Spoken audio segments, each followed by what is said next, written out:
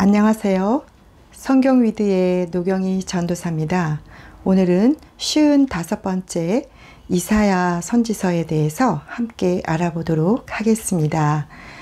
이사야 선지서는 대선지서에 속하고요.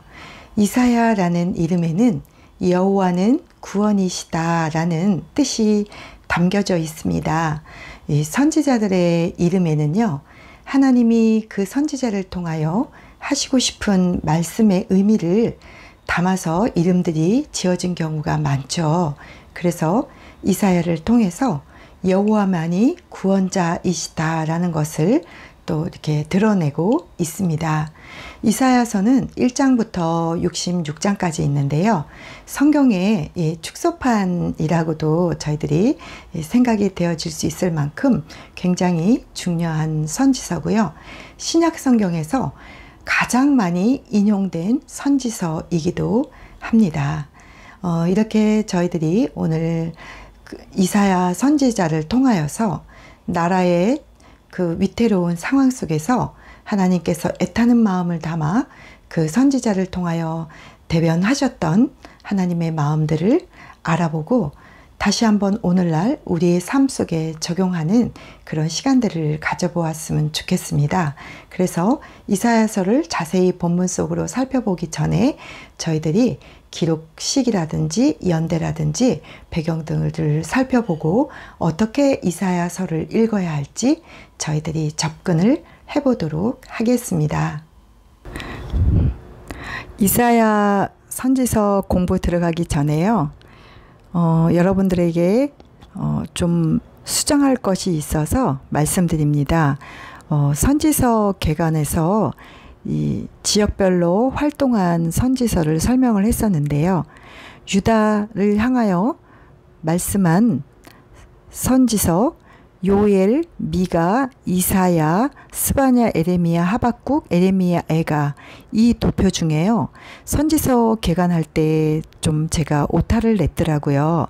요엘, 미가 다음에 이사야인데 아모스로 나와 있었어요. 그래서 아모스가 이스라엘과 유다에 중첩해서 나왔는데 죄송합니다. 오타입니다. 요엘, 미가, 이사야입니다. 그래서 이사야를 공부하기 전에 지난번 선지서 개관에서 설명했을 때 좀 도표가 오타가 났던 부분을 여러분에게 다시 수정 요청하고 공부를 진행하도록 하겠습니다. 제가 선지서 개관의 설명 부분에 동영상 오타 부분을 설명을 해 놓았어요. 참고 부탁드리고 죄송합니다. 이사야의 기록자를 살펴보도록 하겠습니다. 이사야서 1장 1절에 보면 아모스의 아들 이사야로 이렇게 책의 기록자가 이사야임을 밝히고 있습니다. 이사야의 이름의 뜻은 여호와는 구원이시다 라는 뜻이고요. 그는 예루살렘에 거주했고 여선지자와 결혼하여서 2명의 아들이 있었습니다. 즉 스알야숫과 마헬살랄 하스바스라는 아들을 두었습니다. 그는 동시대의 선지자로 아모스, 호세아, 미가와 비슷한 시기에 사역을 하였습니다. 연대를 살펴보면요. BC 약 740년경에서 680년경 약 60년간 사역한 것으로 알려져 있습니다.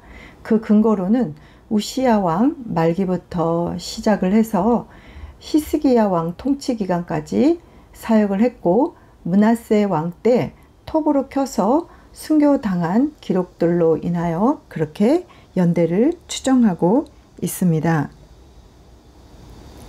배경은요. 그때 당시의 국제 정세는 아수르라는 이방 나라의 세력이 부상하고 있는 때였습니다. 그리고 국내 상황으로는 이렇게 부상하고 있는 아수르와 동맹을 맺자는 파와 여전히 애국가의 동맹을 맺어야 된다라고 하는 그런 파가 팽팽하게 맞서는 때였습니다. 그리고 이사야가 사역하는 이 기간 중에 바로 북이스라엘이 BC 722년에 먼저 멸망을 하게 됩니다. 그래서 이 이사야 선지자를 통하여서 하나님께서는 인간적인 세력을 의존하고 그러지 말고 오직 하나님만 의지할 것에 대하여 이 선지서를 통하여 강조하고 있습니다. 지도로 한번 이때 당시의 국제 정세를 보면요. 722년경에 이렇게 급부상하던 745년부터 부상을 하기 시작했던 아수르에 의해서 북이스라엘은 722년에 멸망을 당하게 됩니다. 그리고 남아있는 남유다는 BC 605년경부터 바벨론이 1차 침입을 하기 시작하고 그 이후로부터 2차, 3차에 걸쳐 마지막 3차 때 BC 586년에 바벨론에 의해서 남아있던 남유다마저도 멸망을 하게 됩니다. 그리고 이제 이 남유다는 바벨론의 속국이었다가 이 바벨론은 신흥으로 부상하는 페르시아에 의해서 멸망을 당하게 됩니다. 그래서 유다는 이제 바벨론이 아닌 페르시아의 속국이 되어지는데요. 바로 페르시아의 초대 왕인 고레스를 하나님께서 마음에 감동을 주사 이제 포로로 잡혀왔던 남유다 백성들을 본국으로 돌아가도 좋다라는 조서를 고레스로 말미암아 선포하게 하죠. 이런 배경 속에서 이사야 선지자가 선지서를 기록하게 됩니다. 이 선지서의 기록 목적은요. 구원은 사람이 아닌 하나님에게서 나온다는 진리를 가르치기 위함입니다. 즉 여호와 하나님 외에는 구원을 해줄 다른 신이 없다라는 것을 가리키고자 하는 것이 이사야 선지서의 목적입니다. 또한 죄에 대한 심판을 하게 되죠. 그러나 심판만이 아니라 남아있는 의로운 자를 구원하시고 축복하시는 그 일을 통해서 결국은 하나님의 거룩하심과 영광을 드러내고자 하는 것이 이사야 선지서의 기록 목적입니다. 이사야서의 내용을 좀 살펴보면요. 이사야가 활동하는 배경이 되는 그 시대의 왕들을 먼저 기록하는 것으로 시작을 하고 있습니다. 그리고 남유다와 예루살렘에 대한 심판을 예언하지만 동시에 주변에 있던 모든 열방에 대해서도 심판받을 것을 경고하게 됩니다. 또한 앞서서 지도자들의 말씀을 듣지 않던 북이스라엘 백성들이 아수르를 통해서 멸망을 당하게 되죠. 그래서 바로 이러한 아수르를 통한 징벌을 받은 북이스라엘에 대하여 남유다 백성들에게도 하나님만이 이스라엘 백성들에게 자유와 구원을 주실 수 있는 분이라는 것을 이 이사야서에서 강조하고 있습니다. 또한 하나님이 보내신 종의 사역이 어떤 것인지도 언급을 하면서 하나님께서 심판을 이루기 위함이 아니라 종국에는 회복을 이루시고 결국은 그로 말미암아 구원의 영광으로 하나님을 나타내고자 하는 내용들로 구성이 되어 있습니다. 이사야 선지서는요.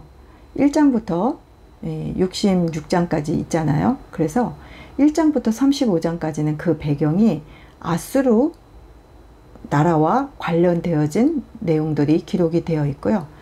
뒷부분에 40장부터 66장까지는 남유다가 멸망을 하게 되는 바벨론 나라와 관련되어지는 또 사건들을 기록을 하고 있습니다. 그러면서 그 중간에 36장부터 39장까지는 바로 히스기야 왕에 관련된 기사를 기록을 하고 있는데요. 히스기야 왕의 위기를 기록하고 있는데 36장부터 37장까지는 국가적인 위기를, 그리고 38장부터 39장까지는 히스기야 왕의 개인적인 위기 등을 기록을 함으로 인해서 이 가운데에 히스기야 왕의 기사와 더불어 이사야 선지자가 활동을 했고 이사야 선지자를 통하여 하나님이 주시고자 하는 메시지들이 담겨 있습니다. 그래서 아수르에 대한 내용들은 그때 당시에 이스라엘이 멸망하게 되는 내용들이라면 이제 이사야 선지자를 통하여서 곧 바벨론에게 남유다가 멸망하게 될 미래의 유다의 그 멸망, 유다의 원망의 운명에 대하여 기록을 하고 있죠. 이사야의 구조를 살펴보도록 하겠습니다. 세 파트로 나누어서 좀 내용을 파악하시면서 읽으면 좋겠어요. 1장부터 35장까지는 하나님의 심판과 그것뿐만이 아니라 회복이 있을 것이라는 예언의 내용들을 담고 있고요. 36장부터 39장은 히스기야 왕의 기사인데요. 그 중에 특별히 하나님의 성전이 어떻게 될 것인지에 대한 예언의 내용들이 담겨 있습니다. 그리고 40장부터 66장까지 세 번째 파트에서는 하나님이 심판하시지만 그들을 구원하고 그들의 미래를 회복시키실 거라는 소망의 예언들이 담겨져 있습니다. 그래서 1장부터 35장까지는요, 심판과 회복에 대한 예언들이 담겨 있는데, 남유다의 심판과 이사야의 소명에 대해서 또 기록을 하고 있고요. 남유다 심판, 그리고 메시아 왕국에 대한 약속을 또 담고 있습니다. 그리고 남유다의 심판뿐만이 아니라 주변에 있는 열방에 대한 경고들을 담고 있죠. 그리고 주의 날에 있을 심판과 회복, 이런 내용들이 35장까지 담겨 있습니다. 그리고 36장부터 39장에서는 히스기야의 죄와 또 앞으로의 성전에 대한 이사야의 예언이 담겨 있죠. 그리고 40장부터 66장까지는 포로로 갔던 백성들이 귀환 및 또 구원에 대한 약속들을 담고 있고요. 하나님이 보내신 종의 사역이 어떤 것인지에 대한 또 기록과 이스라엘이 회복할 것과 그로 말미암아 하나님이 주시는 영광들을 담고 있습니다. 이렇게 이사야서를 1부, 2부, 3부 세 군데로 나누어서 좀 저희들이 본문을 이해해 보았으면 좋겠습니다. 그리고 이사야 선지서 때에 활동했던 그 배경이 되어지는 왕들은 우시야, 아하스, 히스기야, 므낫세 왕이 되어지는데요. 1장부터 6장까지는 우시야 왕의 배경이 되어지고요.